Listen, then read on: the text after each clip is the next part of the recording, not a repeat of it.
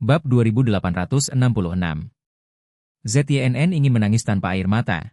Jika serial TV, Bright Sword, difilmkan di sini, pasti akan lebih nyata daripada versi yang saat ini ditayangkan di TV. Tepat ketika dia menangis tanpa air mata, konvoi yang dipimpin oleh sebuah jeep konvertible militer itu berhenti di depan komando Hamid. Begitu mobil berhenti, Hamid yang berseragam kamuflase berjalan keluar dengan penuh semangat. Orang yang mengawal ZYNN adalah anak buah Ishak, tapi Hamid tidak mengenal Ishak. Dia hanya tahu bahwa di antara orang-orang ini, Charlie ingin membina dengannya. Sisanya, itu pasti anak buah Charlie. Charlie bukan hanya bangsawannya, tetapi juga dewa kekayaannya dan komandan strategisnya. Karena itu, dia juga penuh semangat dan rasa hormat pada anak buah Charlie. Bawa semangat dan rasa hormat kembali padanya. Melihat Hamid melangkah keluar seperti terbang cepat, ZYNN merasakan sedikit di dalam hatinya. Dia berpikir, orang ini terlihat luar biasa, dia harus menjadi bos di sini. Saat Hamid keluar, ZYNN juga diseret oleh anak buah Ishak. Melihat beberapa orang kulit kuning berwajah Asia Timur, Hamid langsung berkata sambil tersenyum, "Kalian harus menjadi anak buah Pak Wade." Benar-benar sebuah sambutan hangat. Beberapa orang saling memandang dan tidak bisa menahan diri untuk saling memandang. Dalam kesan mereka, slogan "Selamat datang", sambutan hangat, semuanya adalah slogan yang diteriakkan oleh para pionir muda dengan pipi merona, syal merah di leher, dan karangan bunga di tangan mereka. Tetapi mereka tidak pernah menyangka bahwa kata-kata ini akan diteriakkan dari seorang panglima perang Timur Tengah yang bertubuh besar 5 dan 3 tahun dan memiliki jenggot. Orang yang berkepala itu adalah orang kepercayaan Ishak, dan namanya adalah Hale. Melihat Hamid begitu sopan dan seperti panglima perang, dia tersenyum sopan dan bertanya, "Kamu harus menjadi komandan Hamid." Hamid mengangguk dan berkata sambil tersenyum, "Semuanya dari keluarga, siapa nama komandan? Panggil saja saya Hamid." Setelah berbicara, dia berkata dengan sopan, "Pasti sangat sulit bagi saudara-saudara untuk datang dari jauh. Ayo, cepat minum secangkir teh dan istirahatlah." Hale menunjuk ke ZYNN dan berkata kepada Hamid, "Komandan, ini adalah Tuan ZYNN Su yang diminta tuan muda kita untuk kita bawa untuk mengalami hidup." Setelah mengatakan itu, dia menarik segenggam kerah ZYNN, menariknya ke depannya, dan berkata kepada Hamid, "Komandan, tuan kita telah memerintahkan, biarkan aku memberitahumu, apapun yang terjadi. Pria ini akan tinggal di sini dengan baik. Selain itu, Anda tidak perlu terlalu banyak membawanya. Awasi saja dia dan jangan biarkan dia berlarian. Selain itu, taruh dia di benteng bunker selama perang dan jangan biarkan dia terluka." Itu saja. Air mata ZYNN hampir saja menetes saat mendengar ini. Apakah ini manusia yang berbicara sialan itu? Aku menghabiskan 100 juta dolar AS, tapi sebagai ganti hukuman, jangan terlalu peduli, bastard, bukan. Tetapi ZYNN tidak berani untuk marah tetapi tidak berani berbicara, dan dia bahkan tidak berani menunjukkan emosinya yang tidak bahagia di wajahnya. Bagaimanapun, Hamid ini adalah teman Charlie, dan sepertinya dia cukup setia kepada Charlie.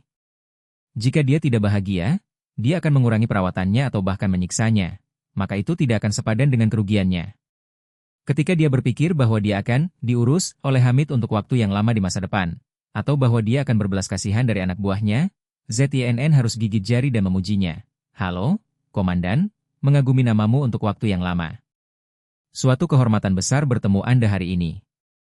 Setelah berbicara, dia diam-diam menatap Hamid. Kemudian berpikir sendiri. Sekilas, meskipun perangkat keras di Hamid sudah sangat tua dan terbelakang, setidaknya ada 1.000 tentara, dan setelah masuk, saya telah melihat banyak senjata dan perlengkapan yang relatif modern. Bagaimana saya bisa mengatakan ini? Orang itu juga seorang panglima perang di satu sisi, dan dia pasti memiliki sedikit kekuatan keras. Namun, secara logika, orang seperti ini yang meletakkan kepalanya di pinggangnya untuk mengemis hidup seharusnya sangat sombong di alam. Bahkan Presiden Amerika Serikat mungkin belum tentu melihatnya. Bagaimana dia bisa mengangguk dan membungkuk pada anak laki-laki Charlie? Bu. Tidak masuk akal. Hamid kemudian melirik ke arah ZYNN, dan berkata tanpa senyuman, "Kamu tidak perlu menampar AS-ku, perlakuan seperti apa yang akan kamu dapatkan di sini di masa depan, kehidupan seperti apa yang akan kamu jalani di sini, ini bukan milikku. Keputusan Saudara Wade yang bertanggung jawab. Dia mengizinkanmu tinggal di halaman kecil sendirian, dan kamu bisa tinggal di halaman kecil sendirian, tapi jika dia mengizinkanmu tidur di kandang domba, kamu hanya bisa pergi ke kandang domba. ZYNN hanya bisa menemani wajah yang tersenyum, mengangguk dan membungkukkan pinggangnya. Berkata, itu saja, semuanya sudah diputuskan oleh Master Wade. Hamid terlalu malas untuk memperhatikannya, dan tersenyum dan berkata kepada Hale, tolong beritahu Brother Wade, setelah orang ini diserahkan kepada saya, jangan khawatir, selama saya masih hidup, saya tidak akan membiarkannya mati. Jika tempat ini direbut oleh musuh, saya akan menghancurkannya dengan satu tembakan sebelum saya mati. Dan saya tidak akan pernah membiarkan dia jatuh ke tangan musuh. ZYNN hendak memarahi ibunya di dalam hatinya, dan diam-diam memarahi. Bagaimana tingkat melek hurufmu?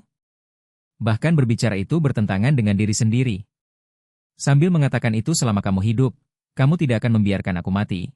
Dan pada saat yang sama, katakan jika ada yang tidak beres. Anda memukul saya sampai mati dulu dan kemudian Anda mati. Bukankah ini benar-benar omong kosong? Bab 2868. Hamid tidak punya waktu untuk mengurus ZYNN. Dia tersenyum dan berkata kepada Hale, kalian sekalian, saya telah membuat teh hitam yang enak, masuk dan minumlah beberapa cangkir. Orang-orang di Timur Tengah suka minum teh hitam. Umumnya, daun teh dalam jumlah besar direbus menjadi sup teh yang sangat kaya, yang kemudian dipadukan dengan banyak gula dan minuman dengan kandungan gula yang sangat tinggi. Hal ini sangat berbeda dengan orang Tionghoa. Melihat Hamid begitu ramah, beberapa orang tak bisa menolak untuk sementara waktu. Jadi, Hale berkata, Komandan, tolong atur dulu bawahanmu dan bawa orang ini ke tempat kediamannya. Oke, tidak masalah. Hamid menepuk dadanya dan berkata, sejak Saudara Wade memerintahkan, saya telah meminta orang untuk menyiapkan halaman. Halamannya berada di sebelah kem penjagaan saya, kecuali para pengawal saya.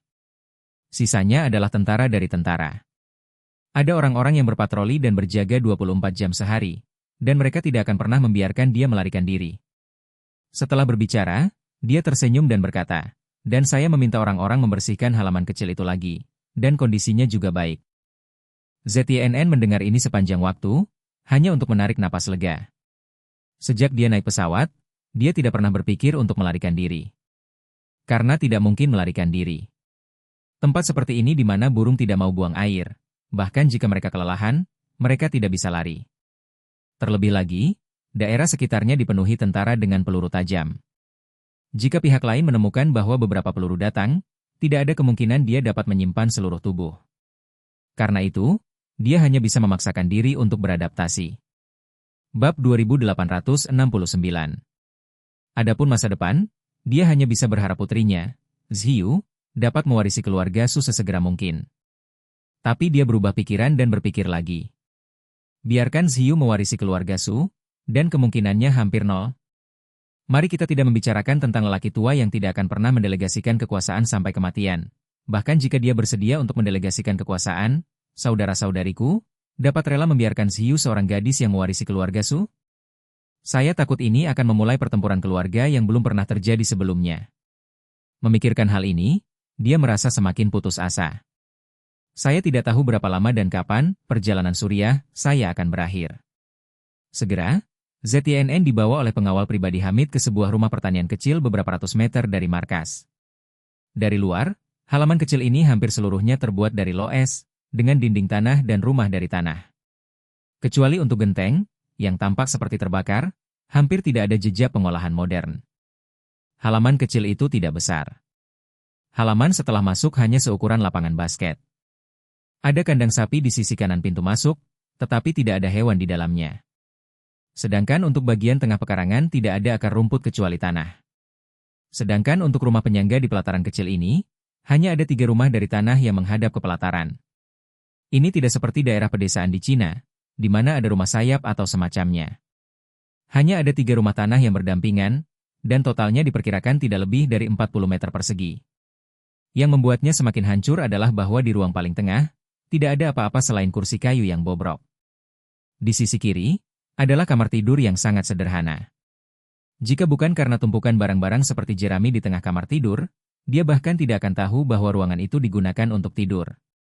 Seperti ruangan di tengah, di kamar yang disebut kamar tidur ini, hanya ada tumpukan jerami dan tumpukan alas tidur yang digulung. ZYNN melangkah maju dan membentangkan selimut, yang berisi selimut, kasur, dan bantal. Begitu dia melihat setelan 3 potong sederhana ini, dia tidak bisa menahan diri untuk tidak menginjak ibunya. Cuk! Saya menghabiskan 100 juta dolar. Kenapa bahkan tempat tidurnya bekas? Hanya barang compang-camping ini, beli satu set baru. Itu tidak lebih dari 200 yuan, kan? Bab 2870. ZYNN sangat marah, menendang bantal jauh-jauh, menoleh, dan bergegas ke kamar sebelah kanan. Alhasil, begitu memasuki pintu, ia mencium bau busuk yang bertahan lama. Melihat ke bawah, apa cuk ruangan ini adalah toilet kering yang dibangun. Tidak ada apa-apa di ruangan itu, kecuali sebuah lubang yang dalam digali di tengah dan dua papan kayu dibangun. Sebuah lubang terbuka di tengahnya. Di dalamnya ada cesspit. Selain itu, tidak ada alat pembuangan limbah. Diperkirakan sebelum penuh, hanya bisa dibuang secara manual. Dia hampir pingsan. Mulai sekarang, jika Anda harus menyekop lubang sesekali, siapa yang tahan? Intinya, rumah yang rusak ini baru saja jendelanya pecah, dan ventilasi kurang baik. Dalam kasus ukuran besar di sini, berapa lama baunya akan hilang? Saat ini, ZYNN merasa kehidupan masa depannya penuh dengan kegelapan. Di sini, dia tidak punya barang pribadi, tidak ada telepon genggam, tidak ada komputer, tidak ada internet, bahkan tidak ada secangkir air untuk minum. Mulai sekarang, dia hanya bisa tidur di tumpukan jerami setiap hari, dan dia hanya bisa tinggal di sana ketika dia bangun. Duduk di kursi kayu lusuh, atau mengeluarkan angin di halaman kosong ini. Kalau dipikir-pikir, ini bahkan lebih tragis daripada masuk penjara. Lagi pula, ketika di penjara, setidaknya Anda masih bisa menggunakan toilet, dan Anda bisa mengobrol dengan narapidana, sesekali menonton TV di kantin, dan membaca koran ketika Anda kembali ke sel Anda. Tapi apa yang bisa dia lakukan di sini? Bahkan tidak ada orang yang bisa berbicara. Memikirkan hal ini, ZYNN, seorang guru berusia 50 tahun, tidak bisa menahan air mata. Dia tidak seperti orang paruh baya pada umumnya.